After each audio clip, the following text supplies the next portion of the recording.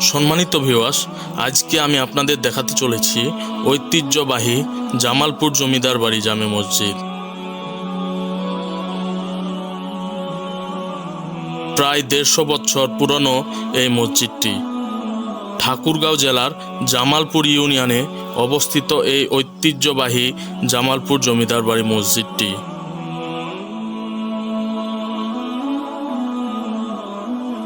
এক সমৃদ্ধ ঐতিহাসিক নিদর্শন।